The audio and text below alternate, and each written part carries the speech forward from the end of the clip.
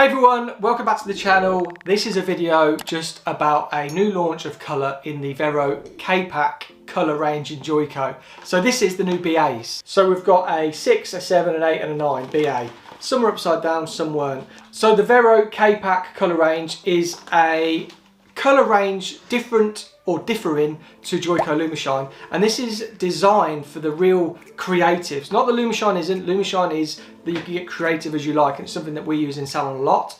But with the Vero Kpak colour, because it's all sort of true tone colours, you can mix a lot together and not get a muddy colour. Whereas if you mix with Lumishine NA, N, NG, you've got a lot of N in there, and that will brown off a bit too much or go a bit too deep. Because there's too much N in there, too much natural, and you're not getting enough of the varied pigments to create the colours.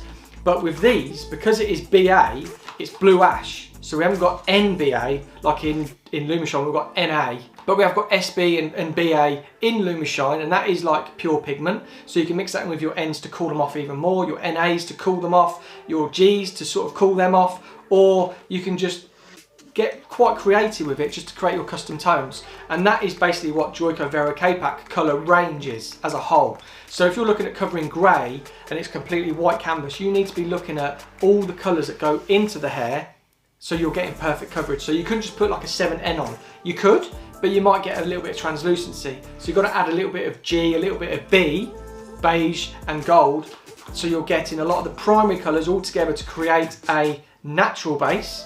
So then it will cover the hair. If you want a less warmer overall colour, use less G, a little bit more B and N. If you want a warmer variant, you can use a bit more G and then a little bit less N.